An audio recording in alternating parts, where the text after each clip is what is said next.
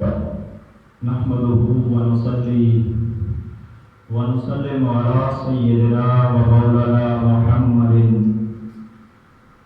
رسوله النبي الأمين المكين الحنين الكريم الرؤوف الرحيم. أما بعد فأعوذ بالله من الشيطان الرجيم. بسم الله الرحمن الرحيم. الذين يتبعون الرسول النبي الأمي صدق الله العظيم. نہایت عبادت و احترام بزرگ و دوستو، میں نے آپ کے سامنے قرآن مجید فرقان حمید کی ایک آیت کا کچھ حصہ تلاوت کیا ہے،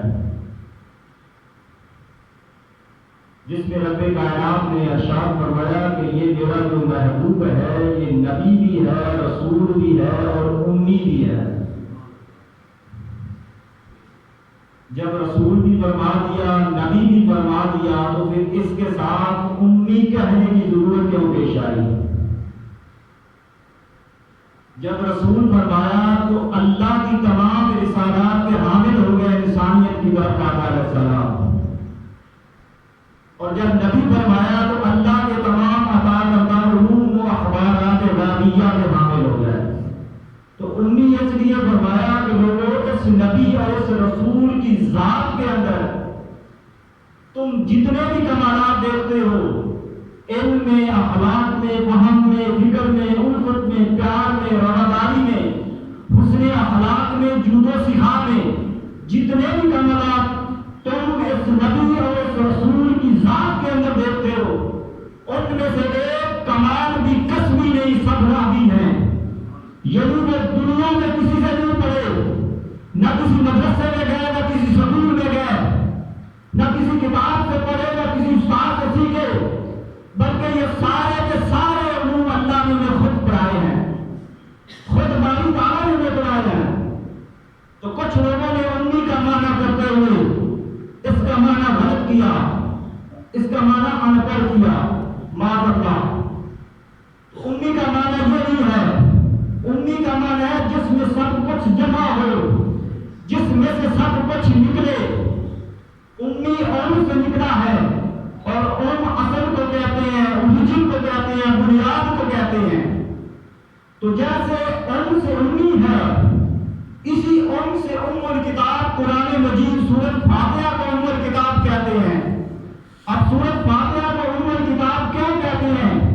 اس لیے کہ تمام قرآن مجید کے علوم اور حقائق کو ایک ہی سورۃ فاتحہ میں جمع کر دیا، اس لیے کہ یہ پورے قرآن کی علم ہے.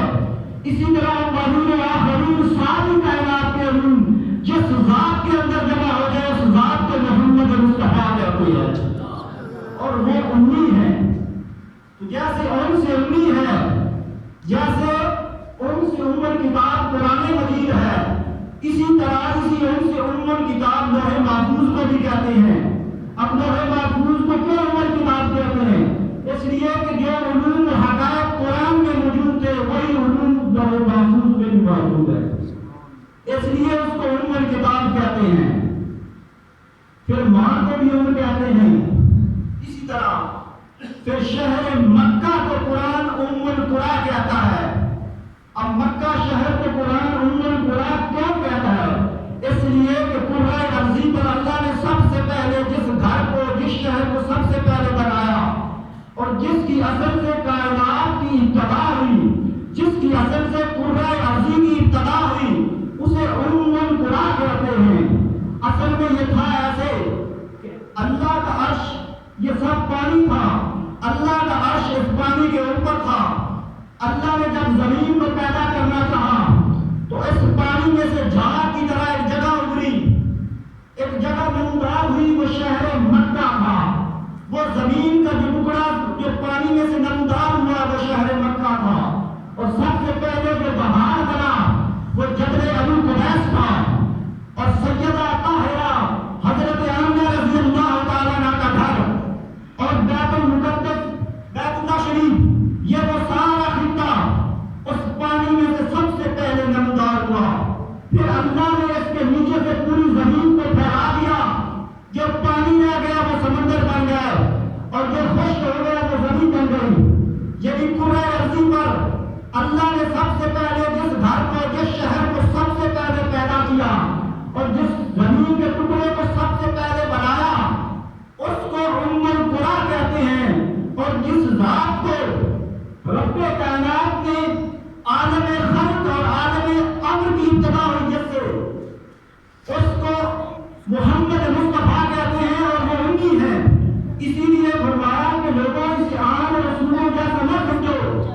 یہ نبی امی ہے، سب کچھ اس کے چشمے سے پھوٹا ہے، یہ اصل کائنات ہیں، یہ ہر چیز کی اثر ہے۔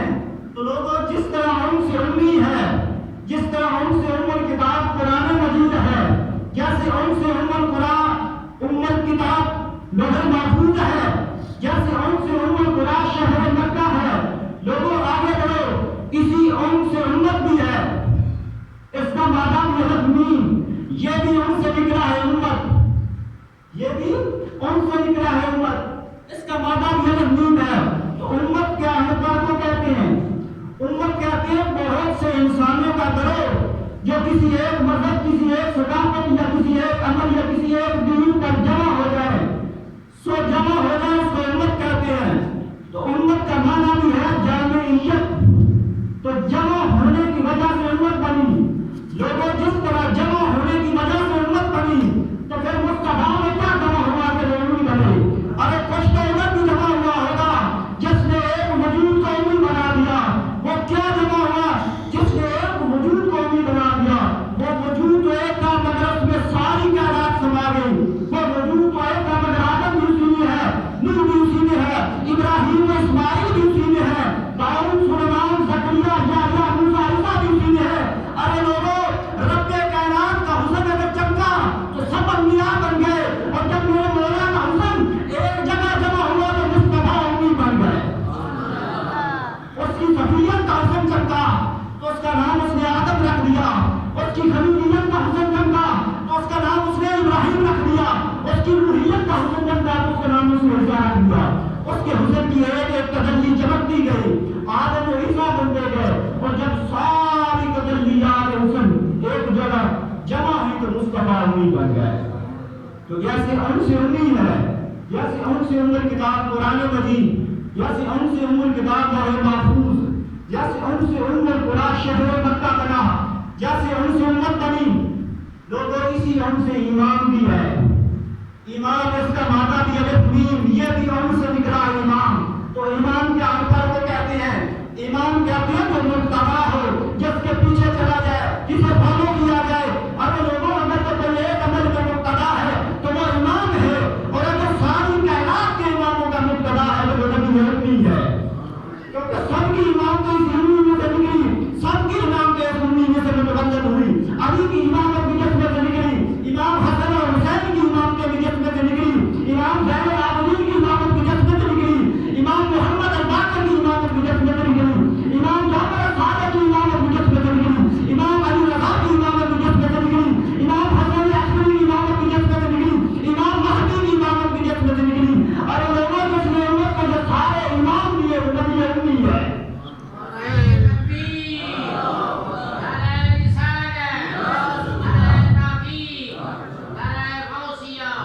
صدیق اکبر جس کی کرن بن کے نکلے، صدیق اکبر جس کی کرن بن کے نکلے، فاروق اعظم جس چراغ کی کرن بن کے نکلے، عثمان غنی جس کی کرن بن کے نکلے، طلحہ، بلال، زبیر، دیگر صحابہ جس کی کرن بن کے نکلے۔ ارے لوگوں جس نے امت کو صحابہ دیے وہ نبی امی ہے۔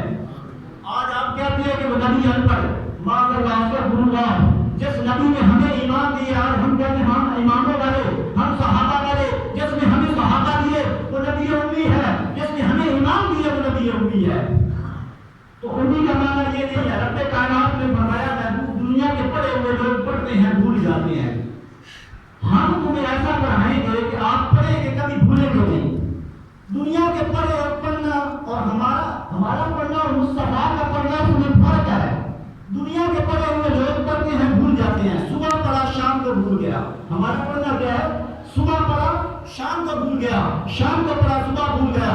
لیکن مصطفیٰ کے بارے میں، آقا کریم کے بارے میں رب کائنات نے فرمایا کیا ہے؟ ہم تمہیں اس قسم کا پڑھنا نہیں سکھائیں گے کہ پڑھا اور بھول گیا۔ فرمایا سلو کریے گا بلا تنسا، محبوب ہم تمہیں ایسا پڑھائیں گے تو پڑھے گا کبھی بھولے گا نہیں۔ تو مصطفیٰ پڑھے گا پھر کبھی بھولے گی۔ پھر رب کائنات نے فرمایا رحمان علم القرآن، وہ رحمان ہے، اس نے قرآن پڑھایا۔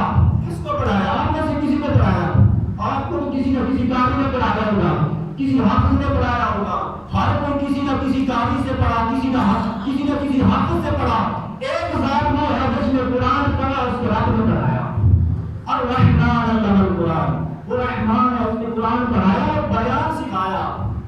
کتنا پڑھایا اس کا اندازہ ہم نہیں کر سکتے، مگر کچھ چیزیں احادیث سے ملتی ہیں۔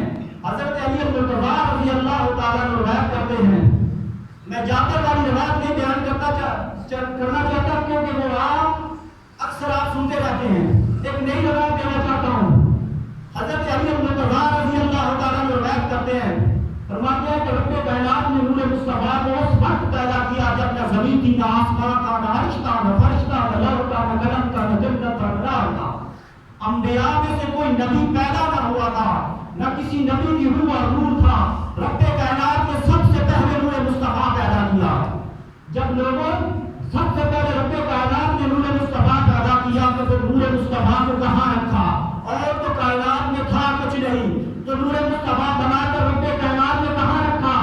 رب کائنات نے نور مصطفیٰ بنایا اور اسے اپنی حجاب قدرت میں رکھا۔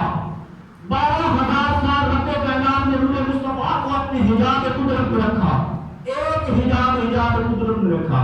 اور یاد رکھو یہ 12,000 سال آج ہماری گنتی اور ہماری شمار کے دن نہیں ہے، یہ قیامت کی مدت والا دورانیہ ہے۔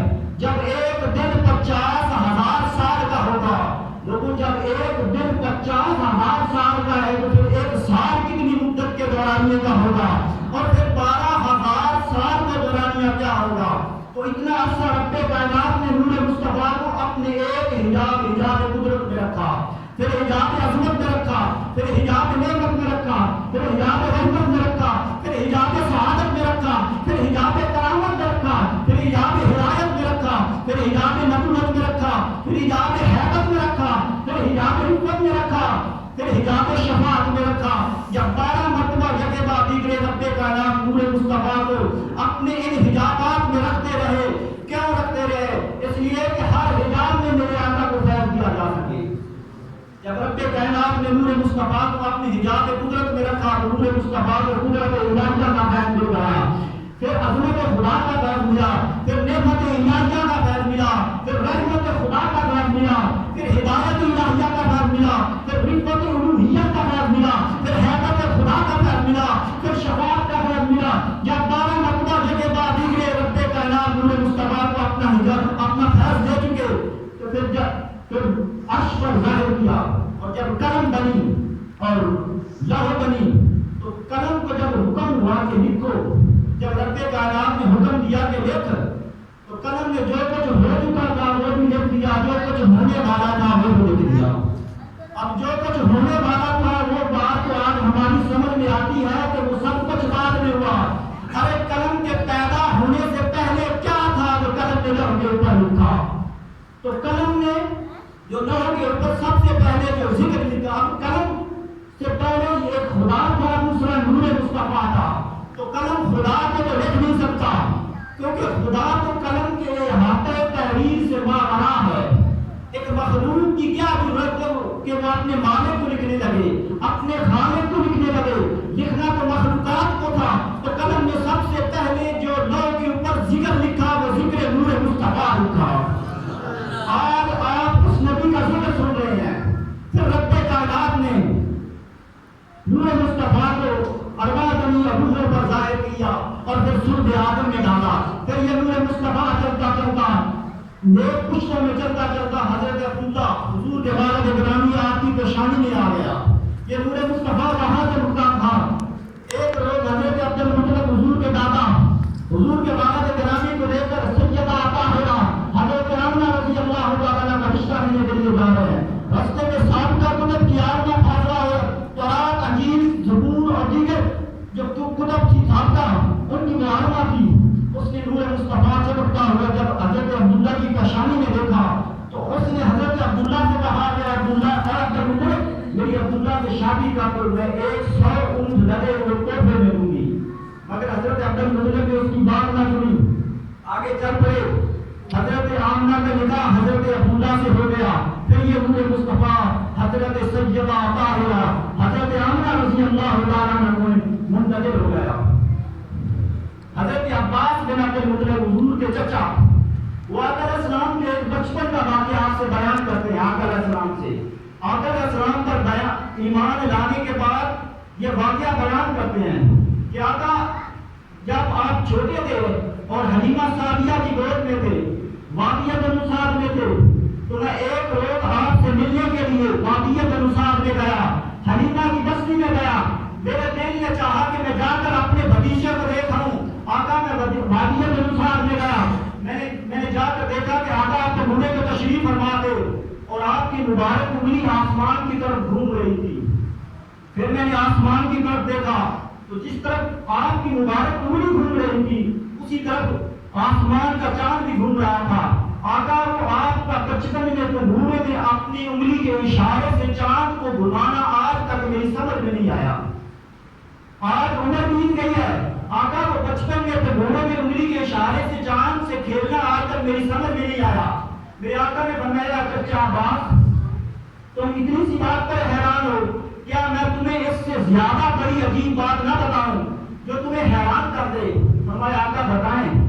میرے آقا نے بتایا چچا عباس وہ تو میرے بچپن کی بات ہے، وہ تو میرے پنگھوڑے کی بات ہے جس میں میں چاند کے ساتھ کھیل رہا تھا اور چاند میرے ساتھ کھیل رہا تھا۔ اور میں تمہیں اس وقت کی بات بتاتا ہوں جب میں پیدا بھی نہیں ہوا تھا اور اپنی والدہ ماجدہ سیدہ طاہرہ حضرت آمنہ رضی اللہ تعالیٰ عنہ کے بدن مبارک میں تھا، اور اس وقت نو کے اوپر جو تقدیر کا قلم چلتا تھا اس تقدیر کے قلم کے چلنے کی آواز کو بھی اپنی والدہ کے بدن میں سنتا تھا، اپنی والدہ ماجدہ کے بدن مبارک میں اس تقدیر کے قلم کے چلنے کی آواز کو سنتا تھا۔ تو وہ نبی کیا آج منتظر خضرہ میں بیٹھ کر اپنے غلاموں کا درود و سلام براہ راست نہیں سن سکتا؟ یقیناً وہ سنتے ہیں، سنتے بھی ہیں، دیکھتے بھی ہیں۔ آخری بات کر کے ختم کرنا چاہتا ہوں۔ دیکھنے کی بات ہجرت کا سفر ہے، حضرت علی بن ابی طالب نے بستر کو سلایا، صدیق اکبر کو ساتھ لیا، ہجرت کا سفر ہے، کفار مکہ آپ کے پیچھے ہیں، غار ثور میں 3 دن اور 3 راتیں میرے آقا نے گزاری، آپ کے پیچھے کفار مکہ ہیں۔ چلتے چلتے ایک شخص آ گیا سراقہ بن جیشم، وہ آ گیا، میرے آقا کے غلام حضرت صدیق اکبر نے کہا یا رسول اللہ سراقہ آ گیا ہے۔ میرے آقا نے فرمایا کوئی بات نہیں آنے دو۔ جب وہ قریب آیا میرے آقا نے پوچھا ہے سراقہ کیا چاہتے ہو؟ اس نے کہا یا رسول اللہ آپ کی گرفتاری پر بڑا انعام اکرام رکھا گیا ہے، آپ کو لینے آیا ہوں، آپ کو لے جاؤں گا، انعام ملے گا، زندگی آسانی سے گزر جائے گی۔ میرے آقا نے اس کی طرف توجہ کی، اس کا گھوڑا زمین میں پھنس گیا، وہ توبہ طائب ہو گیا، اس نے کہا یا رسول اللہ مجھے معاف کر دے، میں واپس چلا جاتا ہوں، مجھے انعام اکرام کی ضرورت نہیں۔ میرے آقا نے دوبارہ توجہ کی، اس کا گھوڑا زمین سے نکال دیا، جب وہ جانے لگا یہ میرے آقا کا اختیار دیکھیے، ایک توجہ سے گھوڑا زمین میں دھسا دیا، ایک توجہ سے گھوڑا نکال دیا۔ جب جانے لگا تو میرے آقا نے فرمایا اے سراقہ بات سنو، کیا کہتی ہو تم غریب آدمی ہوں، اس دار پر جو آیا وہ کبھی خالی نہیں گیا، اور تو کہتا ہے کہ میں غریب آدمی ہوں، میں تو تمہاری ان کہانیوں کو شاہ ایران کسریٰ ایران کے سونے کے کنگن دیکھ رہا ہوں۔ اب آقا علیہ السلام ہجرت کر کے مدینہ کی طرف جا رہے تھے، 10 سال میں مدنی زندگی کے گزر گئے، 10 سال بیت گئے، آپ کی وفات کے بعد حضرت صدیق اکبر کا دور آیا، 2.5 برس ان کی خلافت کے بھی وہ بھی گزر گئے، پھر آپ کی خلافت کے بعد حضرت فاروق اعظم کا دور آیا، فاروق اعظم کے دور میں کسریٰ ایران فتح ہوا، وہاں سے مال غنیمت آیا، وہ مال غنیمت مسجد نبی میں ڈھیر لگا ہوا تھا، اور حضرت فاروق اعظم میرے آقا کا دیوانہ اس مال کے ارد گرد گھوم رہا ہے، چکر لگا رہا ہے اور تلاش کر رہا ہے۔ کسی نے پوچھا یا امیر المومنین آپ کیا تلاش کر رہے ہیں؟ فرمایا میرے آقا نے ہجرت کے سفر میں سراقہ کو کہا تھا یا سراقہ میں تمہاری کلائیوں پر شاہ ایران کسریٰ ایران کے سونے کے کنگن دیکھ رہا ہوں، آج وہ سونے کے کنگن آئے ہوئے منتظروں کو ڈھونڈ رہا ہوں۔ عقیدہ دیکھیے صحابہ کرام کا، حضرت حضرت فاروق اعظم کا، فرمایا کہ میں وہ سراقہ کے سونے کے کنگن دیکھ رہا ہوں۔ کسی نے کہا یا امیر المومنین یہ ہے وہ شاہ ایران کسریٰ ایران کے سونے کے کنگن۔ آپ نے سراقہ کو بلایا، اب وہ فاروق اعظم جس کے دور میں کسی مرد کی جرأت نہیں تھی کہ وہ سونے کی انگوٹھی تک پہن سکے، جب سراقہ کے ان کنگنوں کی باری آئی فاروق اعظم نے سراقہ کو خود بلایا اور خود اپنے ہاتھوں سے وہ سونے کے کنگن پہنائے۔ کسی نے کہا یا امیر المومنین یہ سونا مردوں کے لیے حرام ہے، فرمایا تجھے کیا پتا، ارے ایمان لانے سے پہلے ہمیں کیا پتا تھا کہ حلال کیا ہے حرام کیا ہے، ارے سونا مردوں کے لیے حرام کی مصطفیٰ نے کیا تھا، آج حرام بھی سراقہ کے لیے وہی کر گئے ہیں، آج سراقہ کے لیے حرام بھی وہی کر گئے ہیں۔ لوگوں بات میری ختم ہو گئی، اللہ سے دعا ہے اللہ پاک ہمیں آقا علیہ السلام کی صحیح معنوں میں نسبت عطا کرے اور ان کی غلامی عطا کرے. اللہ سے دعا ہے اور عمل کرنے کی توفیق عطا فرمائے.